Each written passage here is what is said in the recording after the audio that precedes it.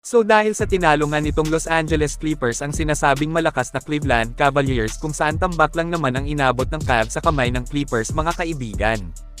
At na-upset naman ng Pelicans ang Minnesota Timberwolves dahilan kaya baba sa number 8 seed ang Wolves habang akyat naman ang Clippers sa number 7 seed. Ang Los Angeles Clippers na nga din sa ngayon ang dumikit sa Warriors, para sa akin opinyon ko lang pwede pang makaakyat itong Clippers sa number 5 kasi nga pansin ko sa grupo na naka-playoff mode na sila sa pangunguna ni The Claw Kawhi Leonard at The Beard James Harden.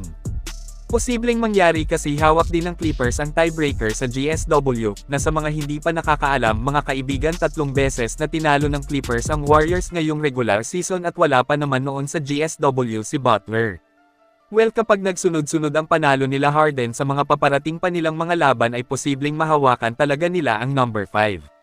Sa Warriors naman ay sa tingin ko masisemento na nga sila sa number 6 seed kasi kung titingnan natin ang mga natitirang mga laban nila, ay talagang kayang-kaya nilang ipanalo ang marami dito mga kaibigan. Hindi sa minamaliit natin ang mga makakalaban pa nila at alam naman natin na bilog ang bola. Pinag-uusapan lang natin dito ang posibleng mangyari sa paparating predict po natin. Posibleng baba ang Memphis Grizzlies sa play-in kasi nga panay injury din ang kanilang superstar na si Ja Morant, kaya sa tingin ko Clippers ang papalit sa kanila sa pag-secure ng playoff spot.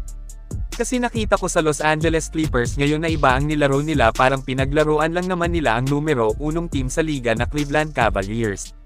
May mga natitirang 12 to 13 games pa ang mga kupunan ngayon bago makita ng lahat ang mukha ng playoffs at kung ano-anong team ang maglalaban. Pero maaga po nating ilalatag ang ating playoff prediction mga kaibigan.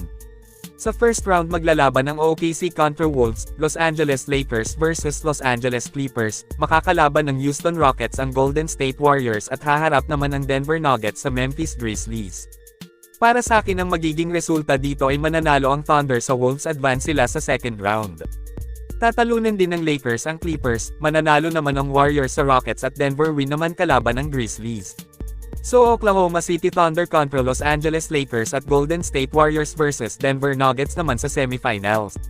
Malakas ang kutob ko na maghaharap ang Lakers at ang Warriors sa Western Conference Finals, paniguradong magiging napakasaya ito kapag nangyari mga kaibigan. Ang banggang Steph at LeBron na may parehong bagong lineup ang magkabilang kupunan ay paniguradong mainit na salpukan talaga ang mangyayari dito.